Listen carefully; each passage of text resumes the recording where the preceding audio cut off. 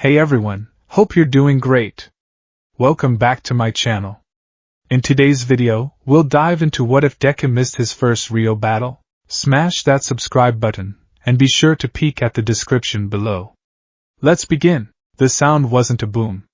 It wasn't the thunderous clap of air pressure that usually accompanied a smash, nor was it the victorious roar of a villain defeated. It was a sickening, wet pop, small and insignificant against the roar of the ocean waves crashing against the chaotic shoreline of Dagoba Municipal Beach Park. Izuku Midoriya stared at his right hand. The moonlight, filtering through the jagged silhouette of a rusted refrigerator tower, cast his skin in a pale, ghostly blue. His breath hitched in his throat, a jagged intake of air that tasted of salt and old garbage. His middle finger was bent at an angle that defied anatomy. "Oh," he whispered, the sound swallowed by the wind. Then, the pain arrived, a white-hot spike driving itself up his forearm, vibrating through his elbow and settling deep in his shoulder. Oh no! He dropped to his knees in the sand, clutching his wrist with his left hand. The adrenaline of the workout, the desperate, frantic need to control the ocean of power surging beneath his skin, evaporated instantly, replaced by a cold, drowning dread. He had promised. He had looked All Might in the eye, the skeletal, hollowed-out eyes of the man who had entrusted him with the world, and promised he wouldn't break himself anymore. He had promised Aizawa-sensei during the quirk assessment test. He had promised his mother, whose tears seemed to be a permanent fixture in their apartment lately. "I have to hurry." The voice in his head had screamed for the last 3 hours. "I'm behind. Everyone else has had their quirks for a decade. I've had mine for weeks. If I don't work twice as hard, 10 times as hard, I'll never catch up. I'll just be a liability." So he had come back to the beach. Just for a little bit. Just to practice channeling the percentage. 5%. Just 5%. Keep the egg inside the microwave from exploding. He had tried for 6. Izuku grit his teeth, tears pricking the corners of his eyes, not from the pain, but from the crushing weight of his own stupidity. Tomorrow was the rescue training. It was a special curriculum. They were going off campus. It was the first time they would be doing applied heroics in a specialized facility. He looked at his throbbing, purpled finger. He couldn't hide this. The nurse's office at Uehai was sterile, smelling of rubbing alcohol and peppermint gummies. The morning sun streamed through the blinds, painting stripes of light across the linoleum floor. It was a peaceful room, usually. Today, it felt like a courtroom. Recovery girl, Shizenji-sensei, sat on her spinning stool. She wasn't spinning.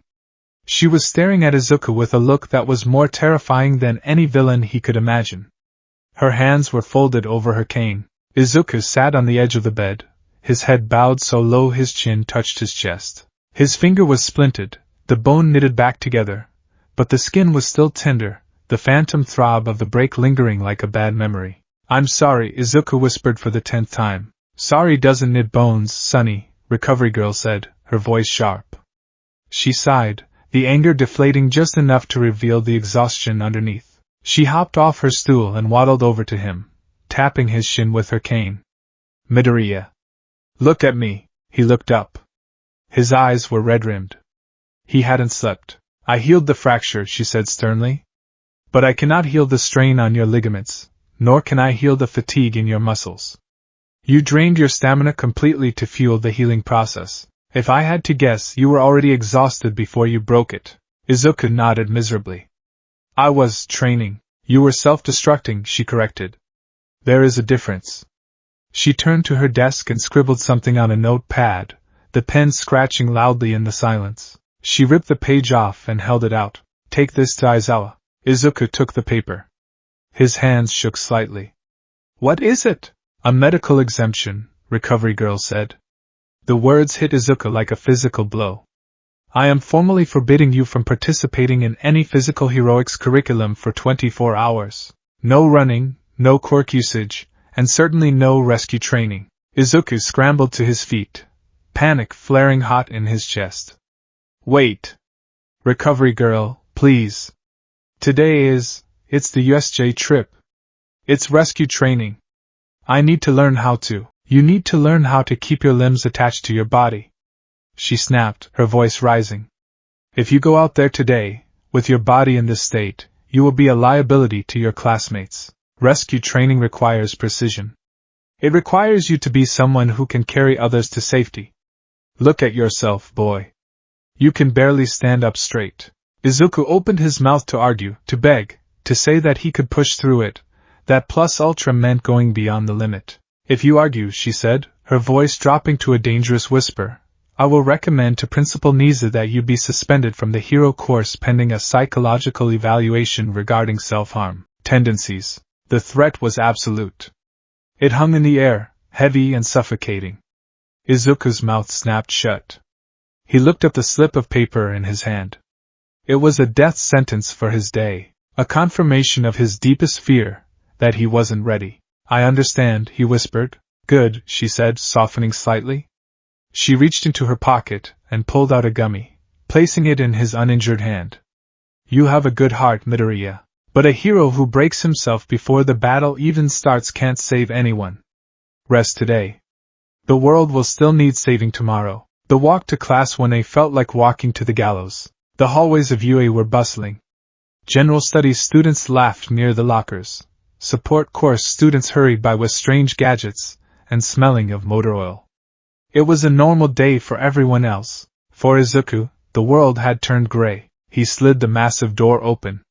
The chatter of Class 1A washed over him. Kirishima was demonstrating a hardening move to Zero.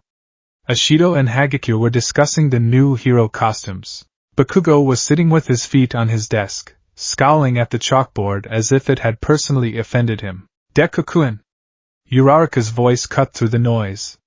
She waved from her seat, her face bright and round. You look terrible.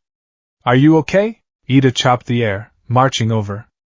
Midoriya-kun! You are late. Homeroom begins in exactly 3 minutes. A hero must always be punctual. He adjusted his glasses, peering closer. Is that a splint? The class quieted down. Even Bakugo shifted his gaze, his red eyes narrowing as they locked onto the bandage on Izuku's finger. Izuku swallowed the lump in his throat. I had an accident training last night. Again? Azui, Tsuyu asked, her finger on her chin. You get hurt a lot, Karo. Yeah, Izuku managed a weak laugh, scratching the back of his head. I guess I'm still getting the hang of it. The door slid open again, and the room instantly froze. Shota Aizawa shuffled in, looking more like a caterpillar emerging from a sleeping bag than a pro hero. He looked exhausted, his eyes dry and bloodshot. Seats, he grunted. The class scrambled. Izuku walked to his desk, but instead of sitting, he kept walking toward the podium. The silence in the room grew heavy. Aizawa watched him approach, his expression unreadable. Izuku stopped in front of the teacher's desk. He felt 20 pairs of eyes boring into his back. He held out the note from Recovery Girl. Aizawa took it. He read it once, his eyes scanning the messy scrawl. He didn't sigh. He didn't scold. He just looked at Izuku, then at the splinted finger, and then back to the note. Rational, Aizawa said quietly. He stood up and addressed the class. Today's hero basic training was scheduled to be a trip to the unforeseen simulation joint for rescue training. A cheer went up from the class. Rescue! Ashido pumped her fist. Finally, however, Aizawa's voice cut through the excitement like a knife. Midoriya will not be joining us. The cheer died instantly. Eh? Uraraka gasped. Recovery Girl has flagged him as medically unfit for combat or physical stress due to injuries sustained in unapproved self-training, Aizawa stated coldly. He is grounded. Humiliation burned hot on Izuku's face. He stared at the floor, wishing a quirk would manifest that let him turn invisible. But Sensei, Kirishima spoke up. Can't he just watch? Observe? Midoriya's great at analyzing stuff. He could still learn. The bus ride is bumpy. The facility is vast and hazardous. Recovery Girl's orders were explicit, no physical stressors. That includes walking around a disaster zone simulator, Aizawa said. He looked at Izuku. You will remain here. You will report to the faculty office. I have a stack of quirk registry files that need sorting and cross-referencing with the current student body. It's tedious work. It's boring. It is exactly the kind of work a hero does when they are on desk duty because they failed to take care of their equipment. Your body is your equipment, Midoriya. Yes, sir, Izuku whispered. Everyone else, get your costumes. Meet at the bus in 10 minutes. Midoriya, pack your things. You're dismissed from this class for the day. Izuku turned to walk back to his desk to grab his bag. As he passed Bakugo, he heard a low, guttural scoff. Pathetic, Bakugo muttered, low enough that only Izuku could hear. Breaks himself before the starting gun even fires. Useless, Deku. Izuku didn't respond. He couldn't. Because Bakugo was right. The bus bay was filled with the smell of diesel and excitement. The sleek, Yui-branded transport bus idled, its engine a low rumble that vibrated in Izuku's chest. He stood on the sidewalk, his yellow backpack slung over one shoulder, watching his classmates board. He felt like a ghost. He was there, but he wasn't part of it. This sucks, man, Kirishima said, clapping a hand on Izuku's good shoulder. We'll take notes for you, alright? Manly notes. Thanks, Kirishima-kun. Izuku forced a smile. Uraraka lingered at the door of the bus. She looked torn. It won't be the same without you, Deku-kun. Who am I going to partner with? You'll do great, Uraraka-san, Izuku said, trying to inject some of his usual enthusiasm into his voice. Just remember what Ectoplasm-sensei said about zero-gravity pivoting, and in a rescue scenario, debris management is key, so your quirk is actually the most versatile there. She smiled, a little sadly. You're doing it again. Muttering strategy. Sorry, don't be. I'll miss it. She squeezed his arm gently. Rest up, okay? We'll come see you after school. Midoriya! Ida called from the bus door, chopping his hand. We are departing. Please step back to a safe distance. It is regrettable you cannot join, but strict adherence to medical advice is a hallmark of a disciplined hero. Right. Have a good trip, Ida-kun. Uraraka boarded. The doors hissed shut. Through the tinted glass, Izuku could see them. He saw Azui saying something to Mineta. He saw Todoroki sitting alone in the back, looking out the window. He saw Bakugo, arms crossed, staring straight ahead, not sparing a single glance at the boy left on the curb. The bus hissed, the air brakes releasing. It began to pull away, rolling down the long paved road toward the exit gate. Izuku stood alone on the pavement. The wind kicked up dust around his red sneakers. He raised his hand in a wave, even though he knew they probably weren't looking. He watched until the bus turned the corner and vanished from sight. A hollow, aching silence settled over the campus. Well, Izuku said to the empty air. Back to the files. The main faculty office was a different world from the classrooms. It was quiet, smelling of coffee and old paper. Most of the teachers were teaching. The only person currently there was Cementas, who was grading history papers at a desk in the corner, and Midnight, who was idly flipping through a fashion magazine with her feet propped up. Sit anywhere, little listener, Midnight said lazily, gesturing to a cluttered desk near the window. Eraserhead texted us. Said you're in the timeout corner? Yes, ma'am, Izuku murmured. The task Aizawa had left him was indeed tedious. It was a massive stack of files from the last 10 years of applicants, students who had applied, their quirks, their rejection or acceptance status, and their current whereabouts if known. He was supposed to digitize the handwritten notes into the central database. Izuku sat down. He typed. Name, Ito Kenji. Quirk, elastic earlobes. Status, rejected. Name, Sato Mika. Quirk, photosynthesis. Status, general studies. It was mind-numbing. But because he was Izuku Midoriya, he couldn't help but start analyzing. He found himself reading the breakdown of the quirks. Why was this one rejected? Oh, poor mobility. If they had paired this quirk with support items, they could have been a formidable rescue hero. He started scratching notes into his own notebook. Hero Analysis for the Future, Volume 13. If I had been at the USJ, he thought, his pen hovering over the paper. What kind of terrain is it? 13 specializes in disasters. Shipwrecks, landslides, fires. If it's a shipwreck zone, Azui-san would be in her element. But, if there's a fire zone, Todoroki-kun would be essential, though he needs to be careful about oxygen consumption. he sighed, dropping the pen, imagining it just made it worse. He checked the clock on the wall. 12:30 p.m. They would have arrived by now. 13 would be giving the introductory speech. They were probably already splitting into teams. Heads up, kid, a voice boomed, or rather wheezed, from the doorway. Izuku jumped, spinning around in his chair. Standing there, in a baggy yellow suit that hung off his emaciated frame like a scarecrow's clothes, was All Might. But not the All Might the world knew. This was Toshinori Yagi. The sunken eyes, the sharp cheekbones, the blood that seemed to perpetually stain the corner of his mouth. All Might! Izuku squeaked. I thought, weren't you supposed to be at the USJ? All Might coughed, walking into the room and pulling up a chair opposite Izuku. I am. Supposed to be, that is.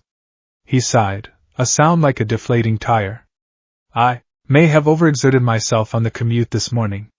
3 separate incidents. A runaway truck, a bank robbery, and a cat stuck in a very, very high tree. Izuku's eyes widened. And your time limit? Gone, All Might admitted, patting his flat stomach. I have perhaps 10 minutes of muscle form left. If I went to the USJ now, I'd just be standing around as a skeleton for most of the class. Aizawa scolded me over the phone. Told me to stay put and rest until the afternoon session, or until I recharge a bit. He looked at Izuku, his blue eyes twinkling with a mix of amusement and sympathy.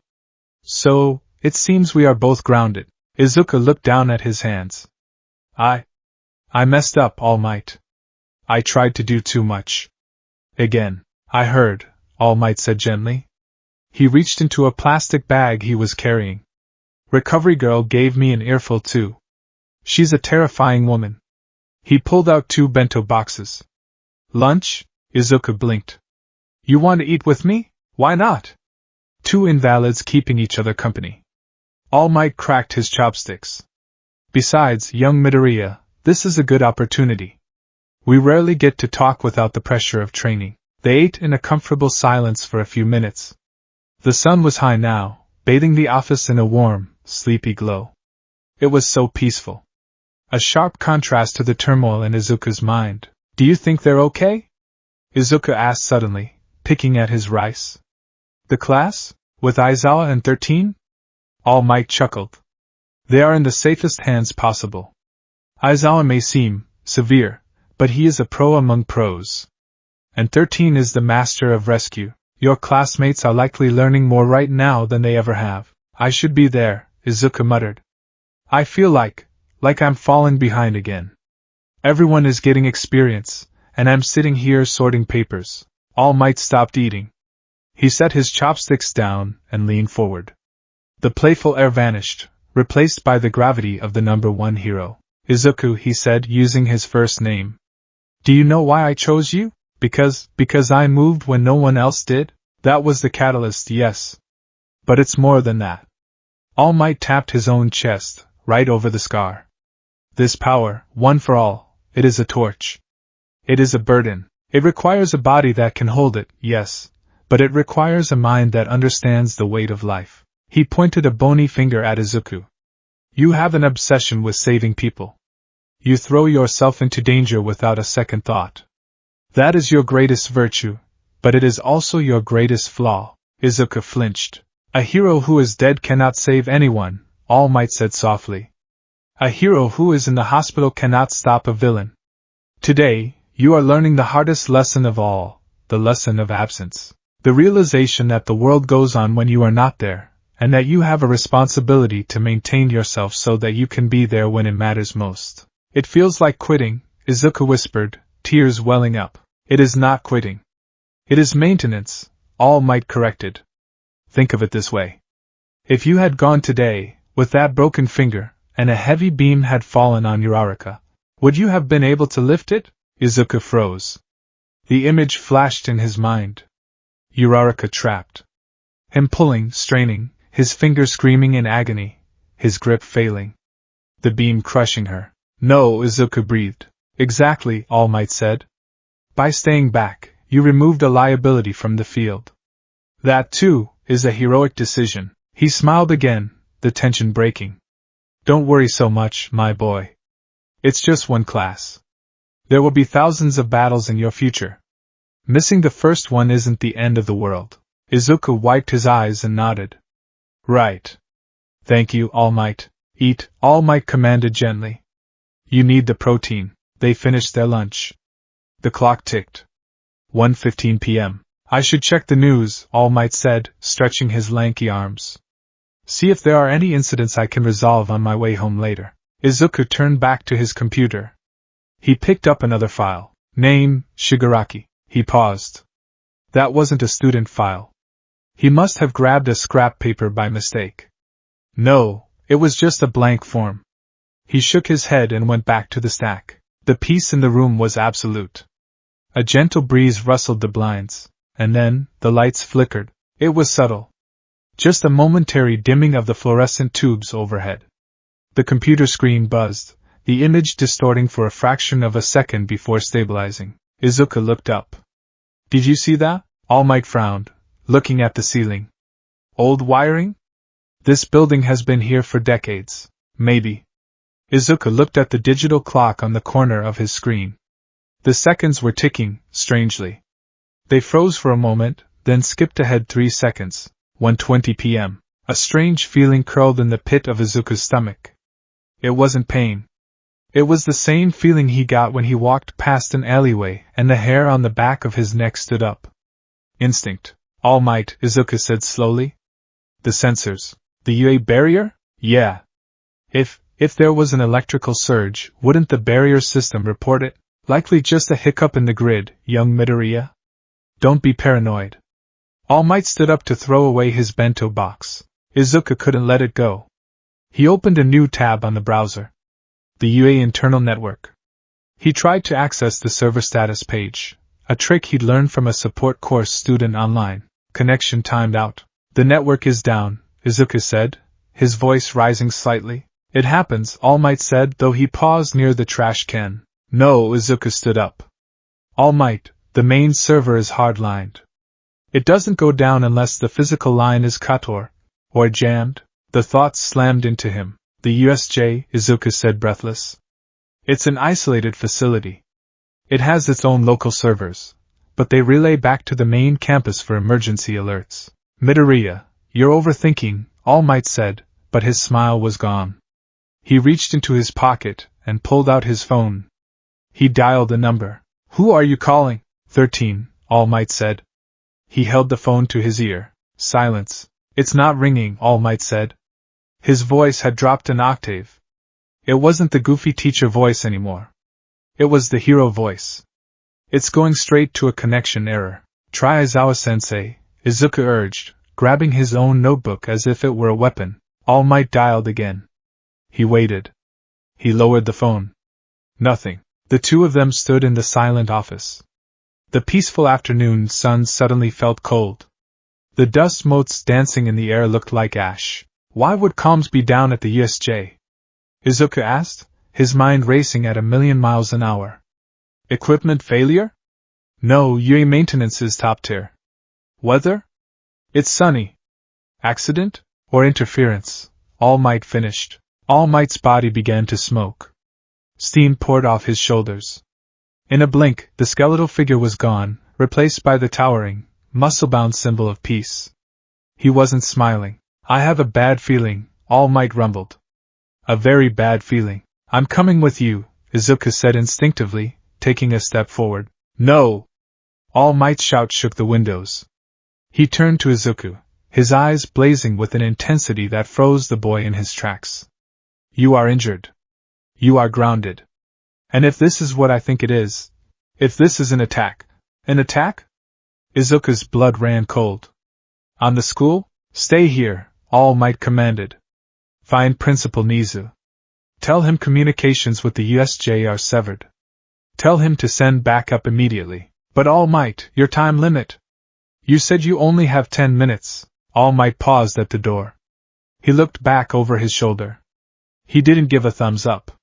He didn't say, it's fine now. Then I will have to make them count, All Might said grimly. He vanished. The gust of wind from his departure sent the stack of files flying off the desk, scattering papers across the floor like dead leaves. Izuku stood alone in the office. Find Nizu. He bolted for the door. He sprinted into the hallway. Principal Nizu! He screamed, ignoring the no-running rule. He ignored the pain in his hand as he slammed into the wall, turning a corner. He burst into the main administrative corridor. The alarm finally sounded. WEWOWEWO. Security Level 3 breach detected, the robotic voice announced. Communication error in Sector USJ. It was real. Teachers were pouring out of rooms now. Present Mike. Snipe. Ectoplasm. What's going on? Present Mike yelled. The USJ. Izuku screamed, skidding to a halt in front of them, panting heavily. All Might just left. He said comms are cut. He thinks it's an attack. An attack? Snipe adjusted his mask. On the rescue facility? Where is All Might? Nizu popped out of a ventilation shaft near the ceiling, dropping onto Snipe's shoulder. He went ahead. Izuku cried. But he's not at 100%. He needs help. Mike, Snipe, Ectoplasm, mobilize. Nizu ordered instantly, his animal eyes hard. Get to the bus. I'll try to bypass the jamming from here. Go! The teachers took off. Izuku took a step to follow them. Midoriya! Nizu's voice was sharp. Izuku stopped. I have to go. My friends are there. You are strictly forbidden, Nizu said. You have no combat clearance, you are injured, and you would only get in the way of the pros. Stay here. That is an order. Izuku watched the backs of the teachers disappearing down the hall. He thought of Uraraka's smile. He thought of Ida's wave. He thought of Bakugo's scoff. Useless. He clenched his good fist until his knuckles turned white. He wanted to run. Every fiber of his being screamed at him to activate One for All and shatter the windows and leap toward the USJ. But he couldn't. He was grounded. He walked back into the empty faculty room and slumped against the wall, sliding down until he hit the floor. He pulled his knees to his chest. The clock ticked. 1:35 p.m. He closed his eyes, and for the first time in his life, he prayed. He prayed to whatever God watched over heroes. Please, he thought, the silence of the room pressing in on him like a physical weight. Please let them be okay. Please let me be wrong. He sat in the silence, listening to the distant wail of police sirens growing louder, while miles away, under a dome of glass and steel, the world was ending for Class 1A, and he wasn't there. Part 1. The Messenger. The air in the unforeseen simulation joint tasted of sulfur, stagnant water, and fear. Tenya Ida was not a fearful person. He was a creature of logic, of structure, of rules. But as he sprinted across the concrete plaza, his engines roaring with a desperate, high-pitched whine that bordered on mechanical screaming, logic had abandoned him. Go, Ida! The shout came from Sato, who was currently wrestling a villain with 4 arms. Don't look back. Just run! That was Ciro, swinging on a tape line, desperately trying to pull a villain away from the exit. Ida grit his teeth, the vibrations of his engines rattling his bones. He wanted to look back. He wanted to turn around, engage his reciprocal burst, and kick the misty villain, Kurogyri, who was looming over the terrified forms of Uraraka and Ishido. But he had his orders. Run. Get help. Save everyone by leaving them. In the canon of history, there is often a tipping point, a single variable that shifts the equation from victory to survival, or from survival to tragedy. Usually, that variable was a green-haired boy who muttered too much and broke his bones to save others. Today, that variable was sitting in a faculty office miles away, sorting files. Without Midoriya to analyze Kurogyri's weak point, the metal neck brace, no one had called it out. Without Midoriya to instinctively leap at the mist to protect Azri in the shipwreck zone, Azri and Mineta had been forced to hide, paralyzed, watching villains hunt them like sharks. The coordination was gone. The class was fighting, but they were fighting as individuals, not a unit. Ida reached the massive metal doors. The warp gate villain materialized before him, a wall of purple void. I cannot allow you to leave, Kurogyri intoned, his voice sounding like gravel grinding on glass. It would be inconvenient. Move! Ida roared.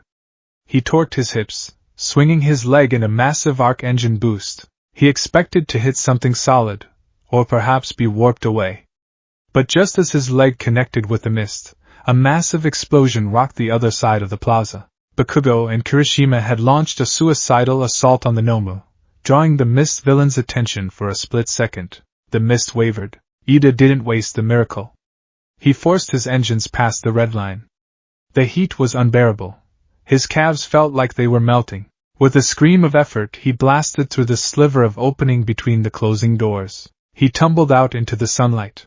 The contrast was blinding. Inside, it was a nightmare of shadows and violence. Outside, it was a beautiful spring day. Birds were chirping. The sky was a perfect, indifferent blue. Ida didn't stop. He scrambled to his feet, his armor scraped and dented. He couldn't use his engines.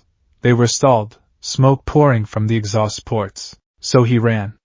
He ran with his own legs, his heavy armor clanking, his breath tearing at his lungs. He grabbed his radio. Emergency.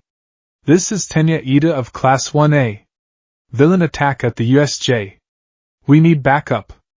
Aizawa-sensei is down. 13 is down. Please, is anyone there? KRRZZZTT. Static. Just white noise. The jamming was still active within a certain radius. He had to get to the main line. He had to get to the school. Midoriya-kun, Ida gasped, sweat stinging his eyes as he pumped his arms. I hope you are safe. Because we are in hell. Part 2, The Silent Room. The silence in the faculty office was heavy, like a physical weight pressing against Izuku Midoriya's chest. It had been 20 minutes since All Might had vanished in a gust of wind. 20 minutes since the teachers had sprinted down the hall. Izuku sat on the floor, his back against the wall, knees pulled up to his chest.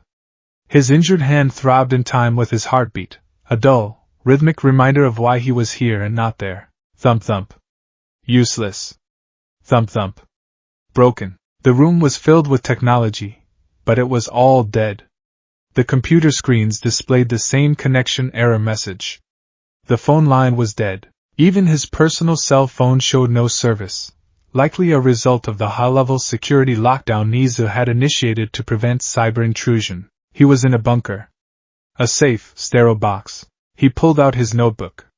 It was a reflex, a coping mechanism. If he could write it down, he could understand it. If he could understand it, he could fix it. Villain attack at USJ. Possibilities. 1. Infiltration. How? The barrier sensors didn't trip until too late. 2. Objective. To kill All Might? That was the schedule. They knew the schedule. 3. Forces.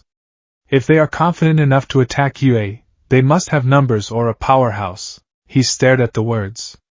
The ink blurred slightly as his eyes lost focus. Who is fighting? He closed his eyes and tried to visualize the shipwreck zone. He had studied the blueprints of the USJ online months ago, fanboying over the facility. The shipwreck zone is water. Ajui-san is there. She's strong. But if there are electric types? Kaminari isn't there. He'd be in the mountain zone. If Ajui is alone. A cold sweat broke out on his forehead. My Netakun. He panics. If he panics in the water, he'll drown. Who pulls him up? Usually, I would. Usually, someone would. He scratched the paper violently, the pen tearing through the page. Stop it. Trust them. They are the best. They are Class 1A. But doubt was a corrosive acid. It whispered that Class 1A was strong, yes, but they were green. They had never seen real malice. They had never seen a villain trying to kill them. Bakugo was strong, but he was arrogant. He might charge in blindly. Todoroki was powerful, but he relied on ice. If he blocked his own escape routes, Uraraka was kind. Would she hesitate to hurt someone? I should be there, Izuku whispered to the empty room. Even quirkless. Even with a broken finger. I could carry someone. I could look at the villains and tell Aizawa-sensei who has the long-range quirks. I could do something. Rational, Aizawa's voice echoed in his memory. You are a liability. Izuku slammed his head back against the wall. Damn it! The door to the faculty office hissed open. Izuku scrambled to his feet, hope flaring in his chest. All Might? It wasn't All Might. It was Recovery Girl. She looked older than usual, her face drawn and pale. She was carrying a medical kit the size of a suitcase. "Sit down, boy," she ordered, though her voice lacked its usual snap. "Recovery girl. What's happening?" The alarm stopped because the system has been reset," she said, hoisting the bag onto a desk. She began checking inventory. Syringes, bandages, adrenaline shots, blood packs. Blood packs? Izuku's breath hitched. "Why do you need blood packs?" Recovery girl stopped. She gripped the handle of the bag tightly. She turned to look at him, and for the first time, Izuku saw fear in the eyes of the woman who had treated heroes for 40 years. "Ida made it to the campus relay station," she said softly. "Ida-kun? He's okay? He is exhausted, but physically fine. He brought a report." She took a deep breath. "It is a war zone, Midoriya. Aizawa is critically engaged. 13 has been neutralized. The students are scattered." "Neutralized?" The word hung in the air, sterile and horrific. "All Might has arrived," she continued, trying to offer comfort. "He is engaging the primary threat now.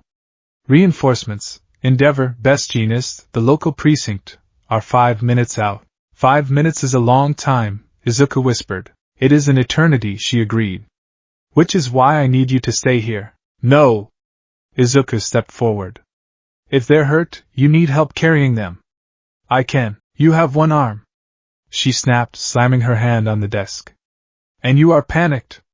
If you go out there and see what I think we are going to see, you will freeze. Or you will lash out and get in the way." She walked over to him, reaching up to grab his shoulders.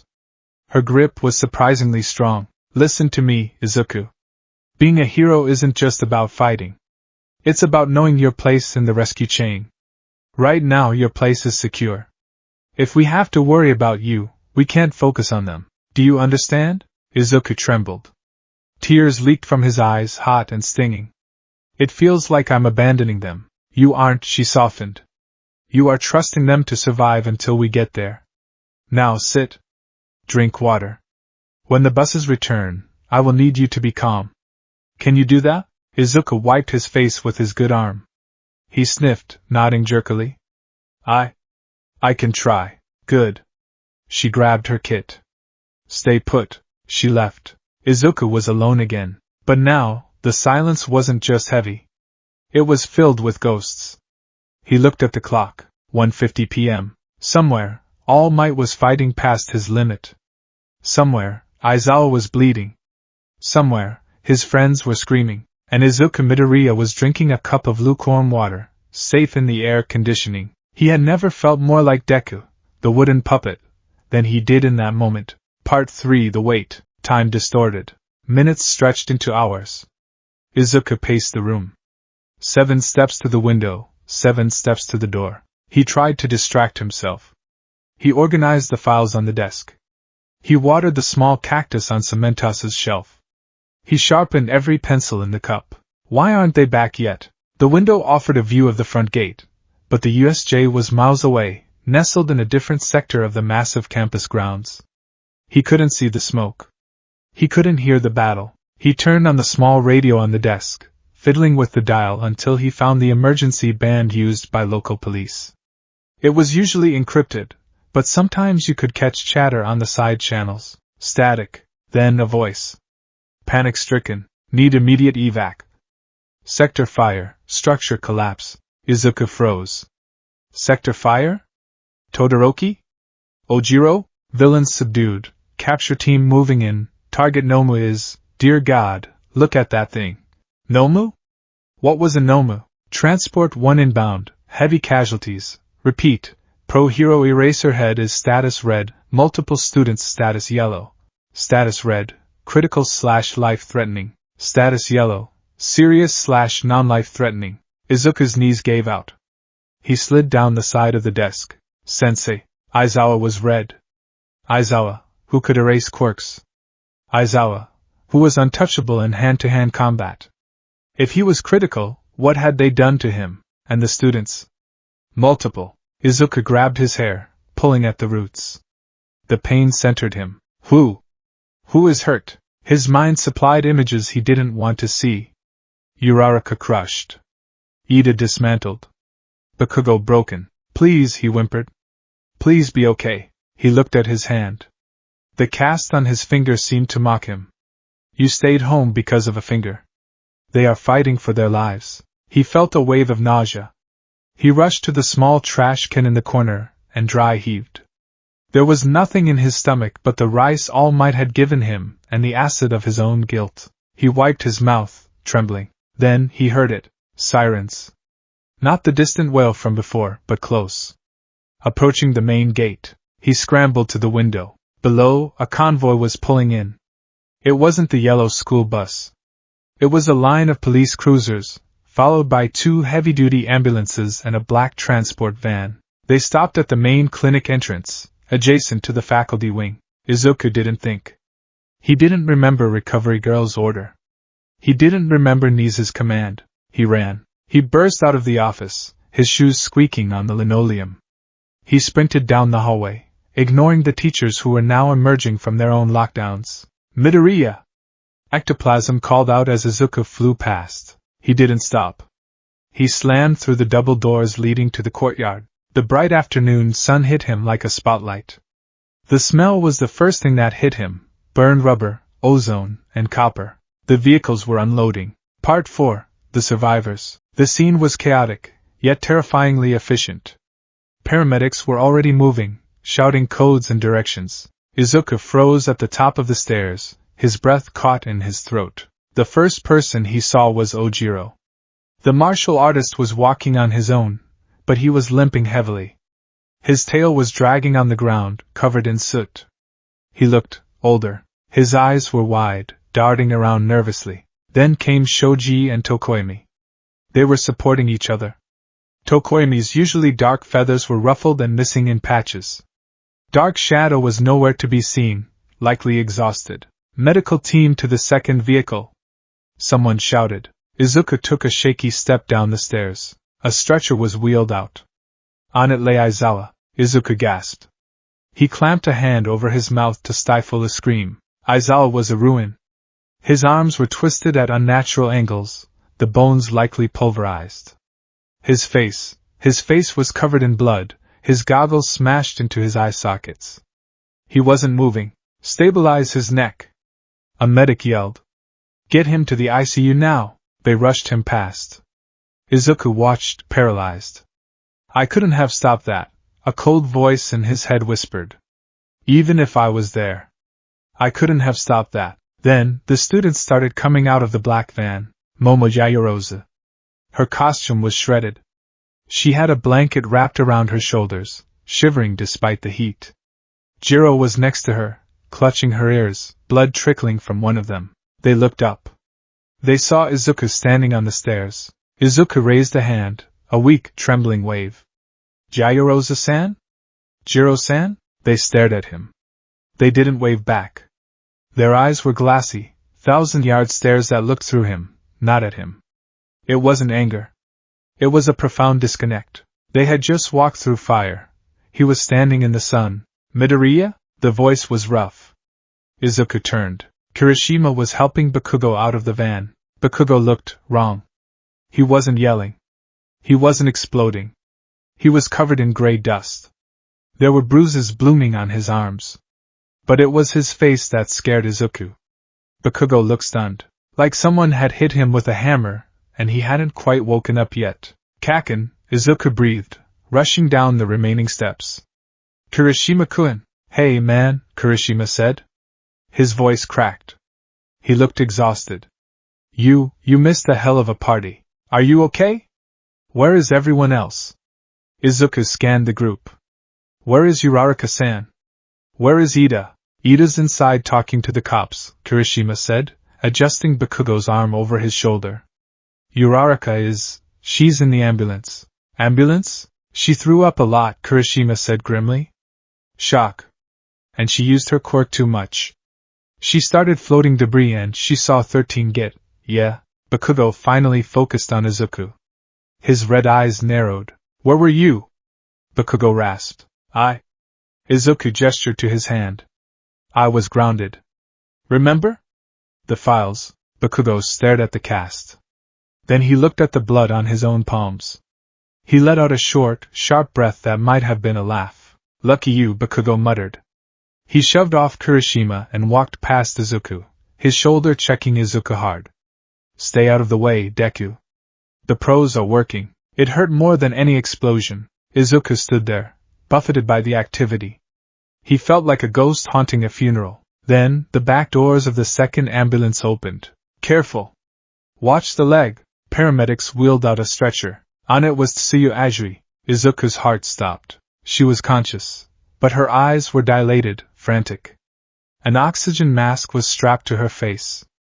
Her hero costume was torn at the shoulder, but it was her face that drew the eye. The right side of her face, from her jaw up to her cheekbone, was covered in a thick, gray patch of skin that looked dry and cracked, like old parchment.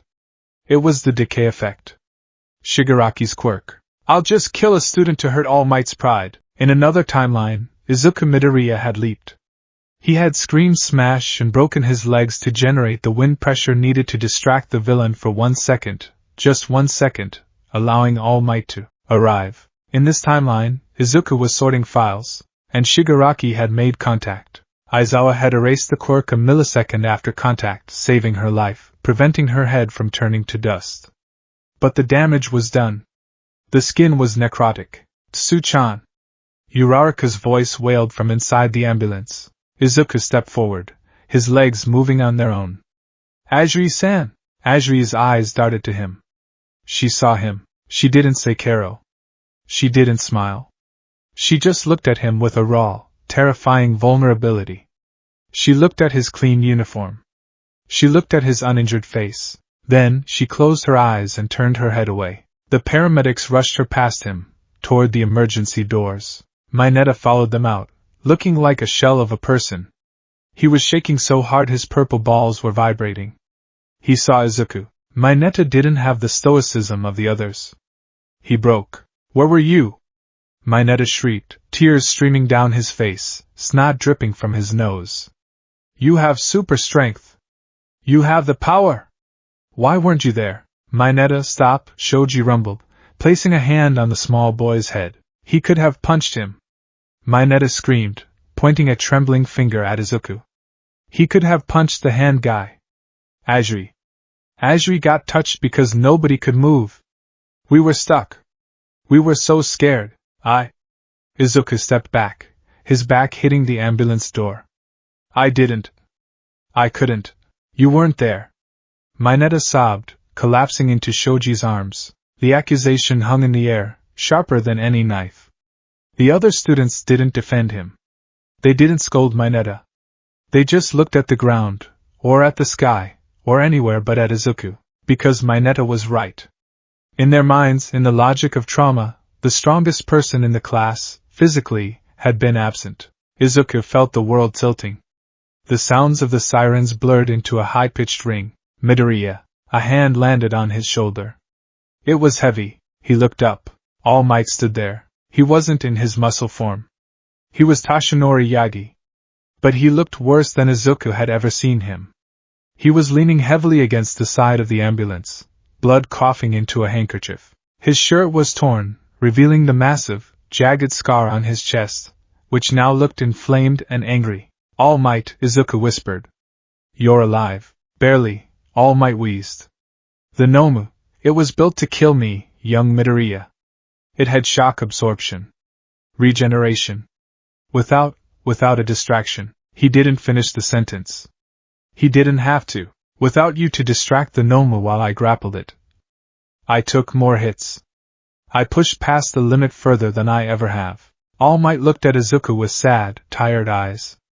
"I am glad you are safe, my boy. Truly. Today was too much for a student." "But Ajiri-san," Izuku choked out. "Aizawa-sensei. We survived," All Might said firmly, though his legs were shaking. "That is the victory." Survival. Paramedics swarmed All Might. "Sir, we need to get you to the secure ward. Your vitals are unstable." "Go," All Might nodded to them. He looked back at Izuku one last time. "Don't let this eat you, Izuku.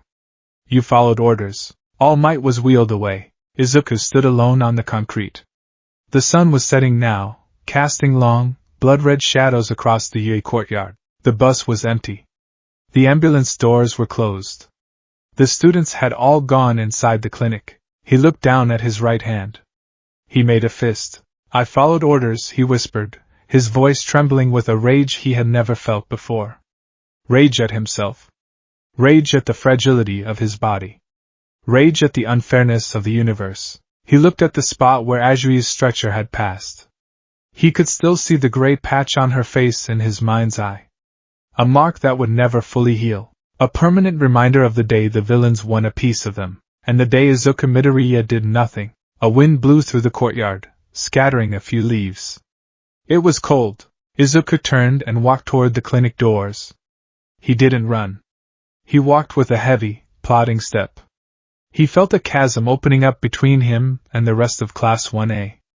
A canyon carved by trauma and experience. They were on one side, bloodied and broken but standing together. He was on the other side. Clean. Safe. And alone. Part 5. The Glass Wall. Inside the clinic waiting room, the atmosphere was suffocating. Class 1A sat in clusters. Some were being treated for minor cuts. Others were sipping juice boxes provided by the nurses. The silence was absolute. No one was checking their phones. No one was talking about what happened. They were just existing. Izuku walked in. The automatic doors hissed. 20 heads turned. The gaze was heavy. It wasn't hostile from everyone. Uraraka looked at him with watery, pleading eyes as if begging him to say something that would make it okay. Ida looked at him with a stiff, formal nod, but his eyes were hollow. But from others, Siro, Kaminari, Mineta, there was a question. What would you have done? Izuku walked over to where Uraraka was sitting. She was wrapped in a shock blanket. Uraraka-san, he said softly. She looked up. She reached out a hand, and he took it. Her fingers were ice cold. It was so scary, Deku-kun, she whispered. I thought we were going to die. I saw a man. He had hands all over him. He looked at us like we were trash. I'm sorry, Izuku said. It was the only urgency he had. I'm so sorry I wasn't there. It's okay, she said. But she pulled her hand back slightly. It's good you weren't. You would have gotten hurt. You would have gotten hurt. It was meant to be kind. But it sounded like you couldn't have handled it. Across the room, Todoroki sat alone. He had an ice pack on his neck. He was watching Izuku with heterochromatic eyes that held a new, calculating depth. Todoroki had fought villains today. He had frozen them. He had interrogated them. He had crossed a line from student to soldier. He looked at Izuku, the boy who broke his finger from a punch, and for the first time, Izuku didn't see a rival in Todoroki's eyes. He saw pity. The doctor stepped out of the ICU doors. Family of Shota Aizawa? We are his students. Ida stood up, his voice rasping. We are all he has right now. The doctor looked at the group of ragged children. He sighed. He is stable, the doctor said. A collective breath was released in the room. But the damage to his orbital floor and his arms is severe. He will keep his eyes, but his vision may be impaired, and his quirk usage might be affected. He has a long road to recovery. And Ajui? Uraraka asked, her voice trembling. Miss Ajui is in stable condition, the doctor said carefully. The necrotic effect was halted before it reached the underlying muscle tissue. However, the dermal scarring is permanent. We will look into skin grafts in the future, but she will carry the mark. Silence. Mineta put his face in his hands and sobbed quietly. Izuku stared at the floor. A permanent scar. Because he wasn't fast enough. Because he wasn't there. He felt a burning sensation in his chest. One for all hummed beneath his skin, agitated, restless. It felt like the quirk itself was angry at him for keeping it holstered while its purpose, saving people, was being ignored. I have to be better, Izuku thought, the thought spiraling into a desperate mantra. I have to catch up. They are miles ahead of me now. They survived hell. I'm just a kid who watched from the window. He looked up at his classmates. They weren't just classmates anymore. They were survivors of the USJ incident. And he was just the boy who missed the bus. The gap had opened. And looking at the hardened faces of his friends, Izuku didn't know if he could ever close it. Part 1. The Spectator. The television screen was the only source of light in the Midoriya apartment living room. It flickered with the frantic energy of a 24-hour news cycle, casting jagged, dancing shadows against the walls. Izuku Midoriya sat on the sofa, his knees pulled to his chest, a blanket draped over his shoulders. He hadn't moved in 3 hours. His dinner, katsudon that his mother had made with extra care, sat cold and untouched on the coffee table. Unprecedented attack on Yue High School, the news anchor said, her face grave. The screen cut to aerial footage taken from a news helicopter. It showed the dome of the unforeseen simulation joint. Police tape cordoned off the entire sector. Ambulances were still visible, their lights flashing silently in the loop of footage. Sources confirmed that the League of Villains, a previously unknown paramilitary group, infiltrated the secure facility with the express intent of assassinating the symbol of peace, All Might. Izuku flinched. The camera cut to a shaky cell phone video taken by a civilian near the UA gates. It showed a stretcher being wheeled out. Aizawa. Then another. 13. Then a line of students, huddled together, wrapped in shock blankets. He saw a flash of pink hair, Ashido. He saw a glint of glasses, Ida. Izuku? The soft voice made him jump. Inko Midoriya stood in the doorway, her hands wringing her apron. Her eyes were swollen. She had been crying for hours, crying from relief. Honey, she whispered, walking over and sitting next to him. She wrapped her arms around him, pulling him into her soft warmth. You need to sleep. You've been staring at that screen all night. I can't, Izuku rasped. His throat felt like it was filled with sand. They're still talking about the injuries. They haven't released the full list yet. You're safe, Inko sobbed quietly into his hair. Oh, thank God you're safe. When I heard the news, when I saw the alert, I thought. She tightened her grip, as if afraid he might vanish if she let go. I'm so glad you were grounded. I'm so glad you were in the office. Izuku stiffened. The words were meant to be loving. They were the natural reaction of a mother who loved her son more than anything. But to Izuku, they felt like acid. I'm so glad you weren't there. He gently pulled away from her, staring at his hands. The splint on his finger was still there, white and clean. Mom, he said, his voice hollow. My friends were fighting for their lives. Uraraka-san, she faced a man made of warp gates. Ajiri-san, she was almost disintegrated. And I was safe. That's a good thing, Izuku.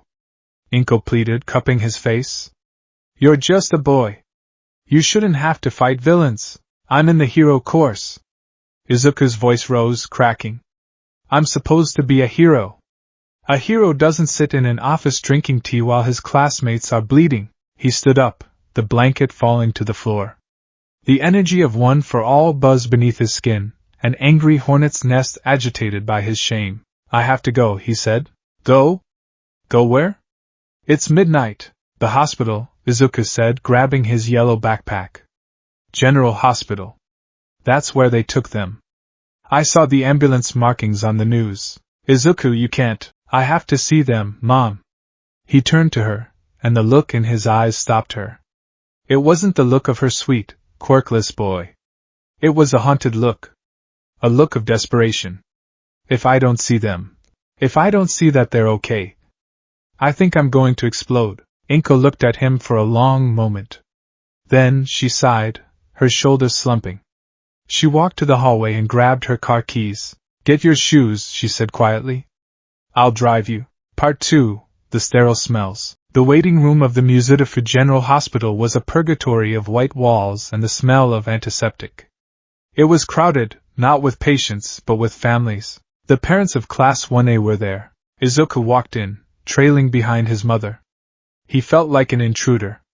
He saw Ida's mother, a tall, stern woman, talking in hushed tones to a doctor. He saw the Bakugos.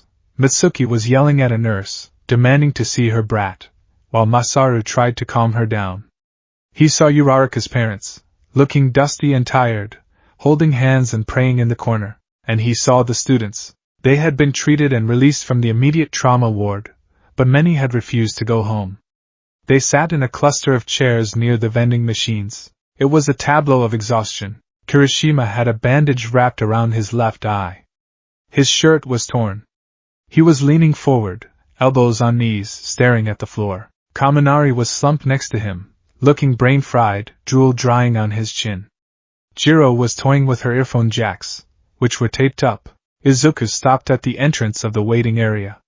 He felt a physical barrier, like an invisible wall of glass, separating him from them. "Hey," he said. The word was small. It barely carried over the hum of the air conditioner. Kirishima looked up. His usual sharp-toothed grin was gone. His eyes were dull. "Oh," Kirishima said. "Midoriya." "Hey." It wasn't hey. "Good to see you." It was just an acknowledgement of presence. Izuku walked over, clutching the strap of his backpack until his knuckles turned white. I came as soon as I could. I saw the news."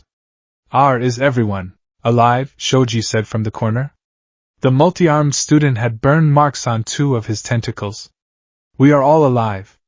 Physically." "That's good," Izuku breathed, trying to smile. "That's really good." Silence descended.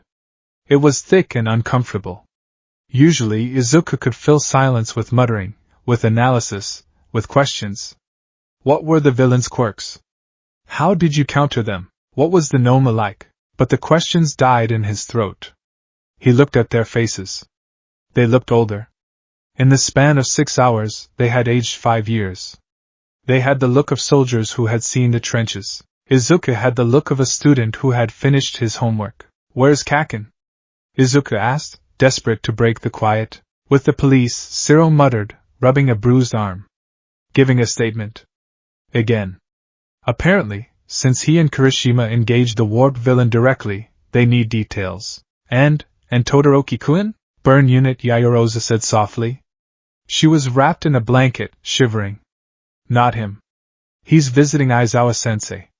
"And All Might." Izuku's heart hammered. "Is All Might okay?" The class exchanged a look. It was a look Izuku didn't understand. A shared secret. "You should probably go see for yourself," Ojiro said, adjusting his tail carefully. "If they let you in." "Right." Izuku stepped back. I'll go check on them. "Do you guys need anything? Water? Snacks?" "We're fine," Jiro said. She didn't look at him. She was staring at a spot on the wall. "Just tired." "Okay. I'll be back." Izuku turned and walked away. He felt their eyes on his back for a second, and then he felt them look away, returning to their shared silence. He had never felt so lonely in his life. Even when he was quirkless, he was ignored. Now, he was excluded. Part 3. The Price of Erasure. Finding Aizawa's room wasn't hard. It was the one guarded by Present Mike. The voice hero wasn't wearing his signature glasses or his leather jacket. He was in civilian clothes, leaning against the wall next to room 304, looking unusually grim. His long blonde hair was tied back in a messy bun. "Mike-sensei," Izuku approached cautiously. Present Mike looked down. His eyes were tired. "Little listener. You shouldn't be here. Visiting hours are technically over. Please," Izuku begged. "I need to see him. I need to know." Mike sighed, rubbing the bridge of his nose. "He's awake." "Barely. But don't expect a warm welcome. He's in bad shape, kid." Mike stepped aside and opened the door. The room was dim, lit only by the monitors beeping rhythmically. Beep, beep, beep. In the bed lay a mummy. That was the only way to describe him. Shota Aizawa was wrapped in bandages from head to toe. Both arms were suspended in slings. His face was completely covered, save for a small slit for his mouth and nose. "Sensei?" Izuku whispered. The figure in the bed shifted. A low groan escaped the bandages. "Midoriya," Aizawa's voice was a dry rasp. It sounded like leaves scraping on concrete. "You're loud. Even when you whisper." "I'm sorry." Izuku rushed to the bedside, tears pricking his eyes immediately. "I'm so sorry, Sensei. I should have been there. If I had been there, maybe I could have spotted the ambush sooner. Maybe I could have done something." "Stop," Aizawa croaked. "But," I said stop. The order was weak, but it carried the weight of authority. "You were grounded. You followed orders. That was the rational choice." "It doesn't feel rational," Izuku cried softly. Look at you, this. Aizawa shifted, wincing as pain flared through his shattered arms. This is the job. We shield the students. That is the logical hierarchy. You were safe. That means I did my job. But at what cost? Izuku asked, his voice trembling. Recovery girl said. She said your injuries were severe. Orbital floor fractures. Aizawa listed the damage like a grocery list. Comminuted fractures in both ulna and radius. Severe concussion. Muscle tearing. He paused. My eyes. They tell me there is scarring on the corneas. My cork usage will be affected. The intervals will be shorter. The dry eye will be worse. Izuku gripped the bed rail. I'm so sorry. Don't apologize for my failure, Aizawa snapped, though there was no heat in it. I underestimated the enemy numbers. I couldn't protect everyone completely. 13 is in critical care. Aji is scarred. Izuku flinched at the name. Midoriya, Aizawa said. Look at me. Izuku looked at the bandages where the eyes should be. You are feeling guilty because you think your presence would have changed the outcome, Aizawa said. That is arrogance. Arrogance? You are a child. A first year with 0 combat experience, and a quirk that breaks your own bones. If you had been there, you would have likely been another body for me to shield. Another liability. The words cut deep, but they were true. However, Aizawa continued, his voice softer. Your analysis, your brain, that was missing. Ida told me the communications were jammed. If you had been there, perhaps you would have realized it sooner. Perhaps not. Dealing in what-ifs is illogical. It breeds hesitation. Aizawa turned his head away, staring at the ceiling. Go home, Midoriya. The class, they are different now. They have seen the darkness. You haven't. If you want to stand beside them again, you will have to work twice as hard to understand what they know. You have a gap to close. A gap, Izuku repeated. Yes. Now leave. I need to sleep. Izuku bowed deeply to the bandaged man. Thank you, sensei. Please, get better. He left the room. The hallway felt colder than before. Work twice as hard. I already had to work twice as hard just to get in.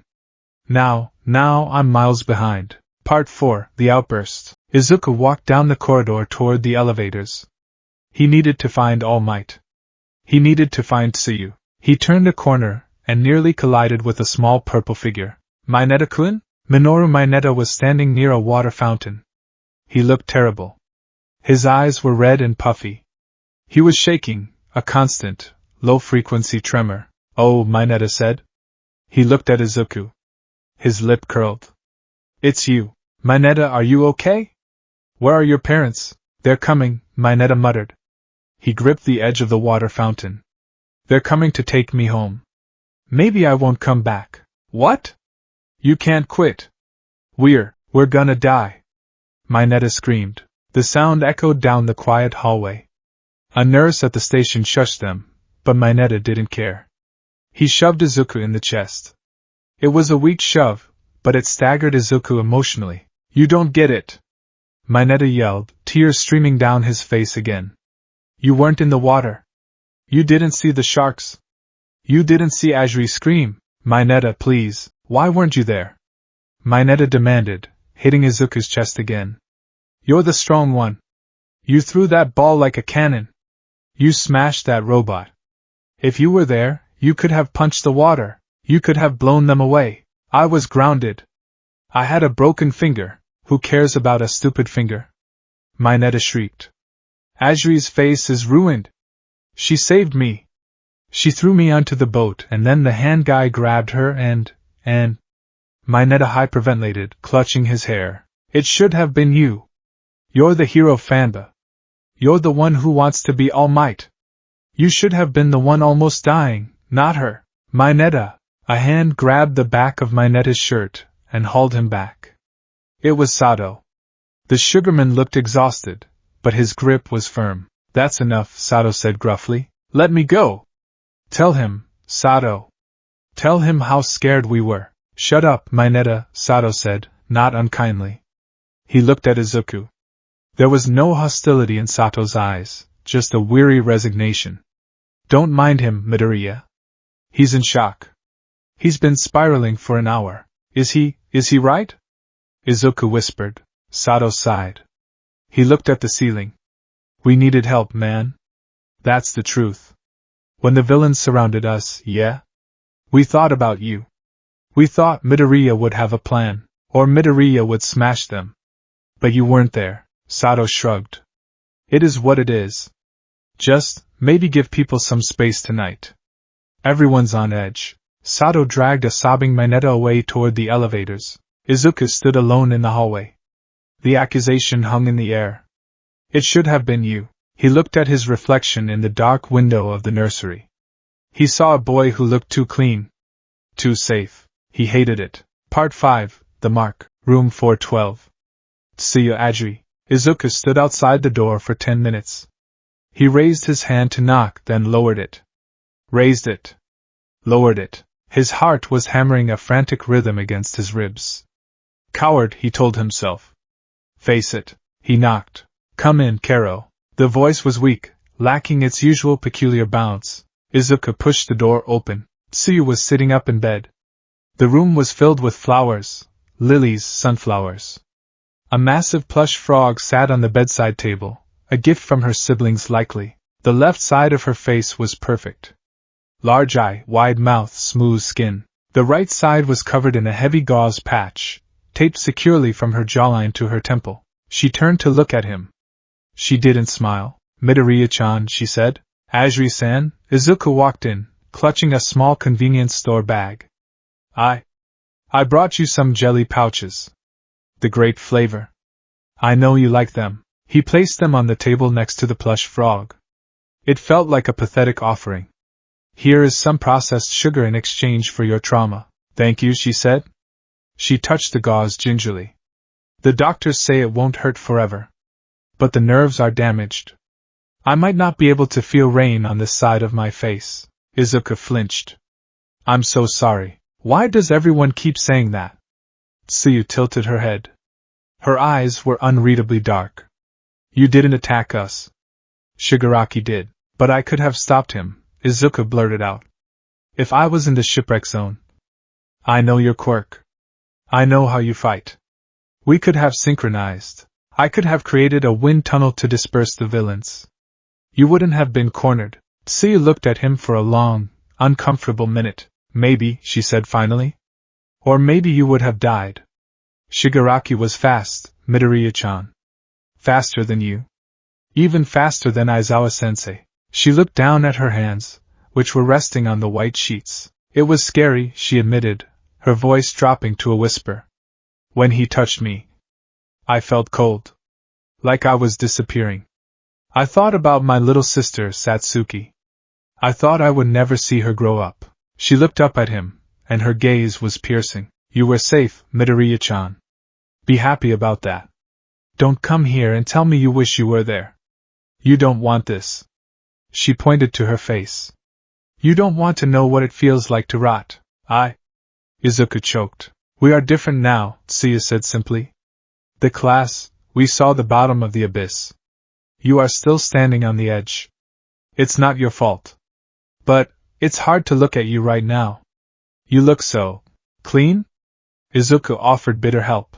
Unbroken, she corrected. Please. I'm tired. Izuku nodded, tears streaming down his face. Okay. I'll go.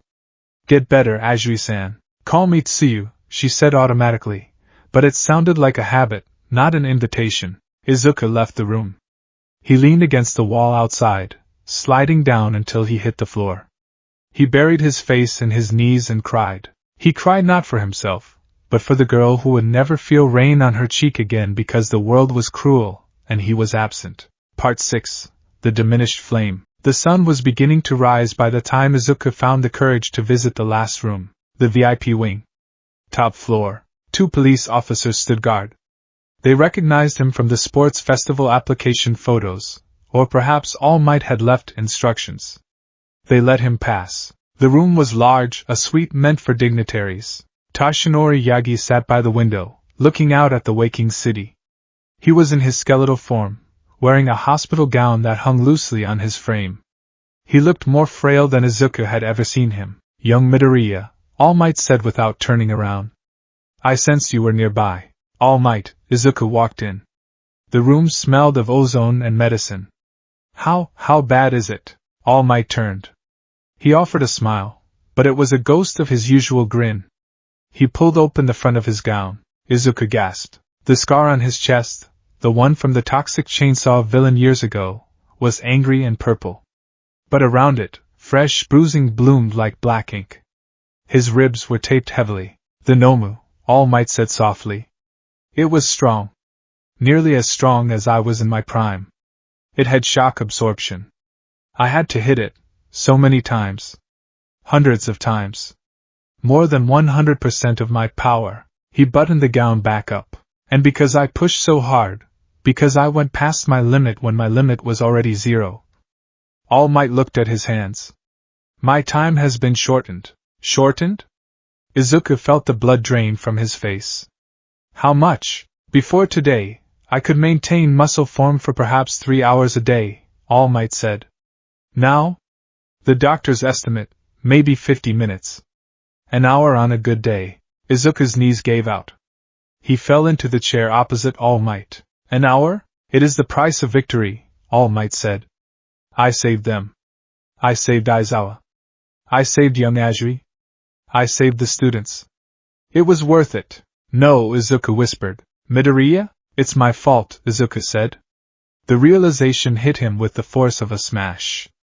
If I had been there, if I had distracted the Nomu, you wouldn't have had to take those hits. You wouldn't have had to go over 100%. You would still have your time. Stop that, All Might said firmly. You cannot blame yourself for. I can! Izuku shouted, startling the hero. I am your successor. I am supposed to carry this burden with you. But because I was stupid, because I broke my finger overtraining, the symbol of peace is dying faster. He looked at All Might with wild, desperate eyes. I stole time from the world, All Might. I wasn't there, and because of that you're fading. Azuri is scarred. Aizawa is broken. All Might reached out and placed a large, bony hand on Izuku's head. Izuku, he said gently. You are not a god. You are not the arbiter of fate. You are a boy. A boy who made a mistake by overtraining, yes. But the villains did this. All for One did this. Not you. But, listen to me, All Might's blue eyes burned with intensity. You feel the gap, don't you? Between you and your classmates? Izuku nodded miserably. Good, All Might said. Feel it. Let it burn you. Let it remind you of the weight of this job. You missed the battle. You missed the experience. You are now behind. All Might leaned forward. So, what are you going to do? Are you going to sit here and cry about the past? Or are you going to run until your legs give out to catch up? Izuku looked at the dying hero. He wiped his eyes. He sniffed. I'm going to run, Izuku said. I'm going to run faster than anyone. Then go, All Might pointed to the door. Go home. Rest. Because when school reopens, the training will change. The world knows we are vulnerable now. The villains are watching. You must be ready to fill my shoes sooner than we thought. Yes, sir, Izuku stood up. He bowed. I promise. I won't miss the next one. Part 7, The Empty Desk. School was closed for a week. The media called it a period of mourning and security assessment. Izuku called it hell. He didn't stay in his room. He went to Dagoba Beach. He didn't try to use 100%. He didn't try to break himself. He ran. He lifted. He practiced his movements until they were fluid, until the memory of his clumsiness was scrubbed from his muscles. Move faster. React faster. Check your corners. Analyze the threat. He filled 3 new notebooks in that week. He watched every clip of the USJ News coverage. He analyzed the blurred footage of the villains.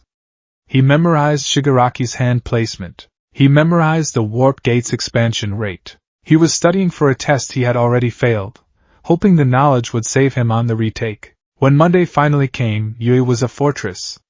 New barriers. Police drones in the sky. Izuku walked into Class 1A. The atmosphere was unrecognizable. Before the USJ, the classroom had been loud. Kaminari making jokes, Hagakure bubbling with energy, Bakugo yelling. Now it was quiet. Kirishima and Shiro were discussing defensive hardening techniques in low voices. Tokoimi was meditating, Dark Shadow keeping a vigilant watch on the door. Uraraka was reading a book on combat triage. Bakugo sat at his desk, staring out the window. He didn't look back when Izuku entered. Izuku walked to his seat. The silence rippled around him. It wasn't that they were ignoring him on purpose. It was that they were on a frequency he couldn't tune into. He looked at Tsuyu's empty desk. She was still in the hospital for follow-up on the graft. He looked at Aizawa's podium. The door slid open. Aizawa walked in. He was still bandaged heavily, his arms in casts, his face covered save for one eye that peered out through the gauze. He moved stiffly. Morning, he rasped. Sensei. The class straightened up. There was a respect there that hadn't been there before. A soldier's respect for a wounded commander. Stop making a fuss, Aizawa grunted, hobbling to the podium. My health is irrelevant. Your fight is not over. The class tensed. Villains? Again? The Yui Sports Festival is approaching, Aizawa announced. The sports festival? Kaminari blinked. Is that safe? After you know? It is a demonstration, Aizawa said, his one visible eye scanning the room. A demonstration that Yui does not bow to terror. We will show the world that we are still here. He looked at Bakugo. He looked at Todoroki. He looked at Ida. Then, his eye landed on Izuku. This is your chance, Aizawa said, addressing the room but holding Izuku's gaze. To show the pros what you are made of. To show that you belong here. The class erupted into determined murmurs. Yeah. Let's do it. We'll show them we aren't victims. Kirishima slammed his fist into his palm. We'll crush it, Bakugo smirked, a predatory expression returning to his face. I'm gonna kill all of you. Izuku sat quietly. He gripped his pen. He looked around at the faces of his classmates. They were hardened. They were ready. They had been forged in fire. Izuku looked at his own hand. Unscarred. I am the only one here who is still a child, he realized. They grew up last week. He opened his notebook to a fresh page. Objective, catch up. He didn't cheer. He didn't smile. He just stared at the board with a terrifying intensity. The gap was wide. It was a canyon of trauma and experience. But Izuku Midoriya was good at jumping. He would cross it, or he would die trying. The boys' locker room at UA High had a specific smell. Before the USJ, it smelled of cheap body spray, stale gym socks, and the electric, ozone-tinged scent of excitement. It sounded like the chaotic energy of 15-year-olds. Mineta complaining about the curriculum, Kaminari cracking jokes about his fried brain, Kirishima shouting about manliness. Now, on the first day back to full practical heroics, the locker room smelled of silence. It was a heavy, suffocating silence. The kind that settles in the wake of a funeral. The only sounds were the metallic clank of locker doors opening and closing, the rustle of fabric, and the sharp zip of costumes being fastened. Izuku Midoriya stood in front of his open locker. His green costume, his mother's labor of love, hung on the hook. It looked clean. Pristine. The fabric was unscorched, the knee pads unscuffed. He looked to his left. Eijiro Kirishima was pulling on his vest. The redhead, usually a beacon of toothy grins and high spirits, was staring into the middle distance. There was a fresh, pink bandage wrapped around his bicep, but it was his posture that was different. His shoulders were hunched, his movements economical and sharp. He wasn't preening in the mirror. He was armoring himself. To his right, Mashireo Ojiro was wrapping his tail. The martial artist moved with a grimace. Izuku knew why. The tip of Ojiro's tail had been singed in the fire zone. He applied the protective tape with the grim focus of a medic dressing a wound in a trench. Hey, Ojiro-kun, Izuku whispered, testing the air. Is the tail healing okay? Ojiro paused. He didn't look at Izuku. He just nodded once, a jerky motion. It's fine, that's good. I was reading about burn treatments for mutant-type appendages, and apparently aloe mixtures are. It's fine, Midoriya, Ojiro cut him off. His voice wasn't mean, but it was flat. Final. I don't really want to talk about it. Oh. Right. Sorry. Izuku turned back to his locker, his face burning. He pulled his costume on. The fabric felt cold against his skin. As he zipped up the jumpsuit, he felt like a child playing dress-up at a convention for war veterans. Across the room, Minoru Mineta was shivering. He was struggling to pull on his gloves. I don't want to go out there, Mineta whimpered, low enough that only the people nearby could hear. What if they have robots? The robots look like villains if you squint. Pull yourself together, Shoji rumbled from behind his mask. If you hesitate, you die. Remember? If you hesitate, you die. Izuku froze. That wasn't a phrase students used. That was something soldiers said. Then there was Bakugo. Katsuki Bakugo was usually the loudest thing in any room. He was a force of nature, an explosion in human form. But today, he was a statue. He sat on the bench, lacing up his heavy combat boots. He yanked the laces tight with a violence that turned his knuckles white. He hadn't said a word since entering the room. He hadn't looked at anyone. He hadn't called anyone an extra. He hadn't told Izuku to die. Izuku watched him. He wanted Bakugo to yell. He wanted Bakugo to scream, "What are you looking at, Deku?" Because that was normal. That was the baseline. But Bakugo just finished tying his boots, stood up, and grabbed his gauntlets. He walked past Izuku without even a glance. No shoulder check. No sneer. It was as if Izuku was made of glass, transparent and insignificant. Let's move, Todoroki said from the door. His voice was cool, but there was a new edge to it. A leadership quality that hadn't been there before. Aizawa-sensei is waiting, the class filed out. Izuku followed at the back of the line, watching the backs of their heads.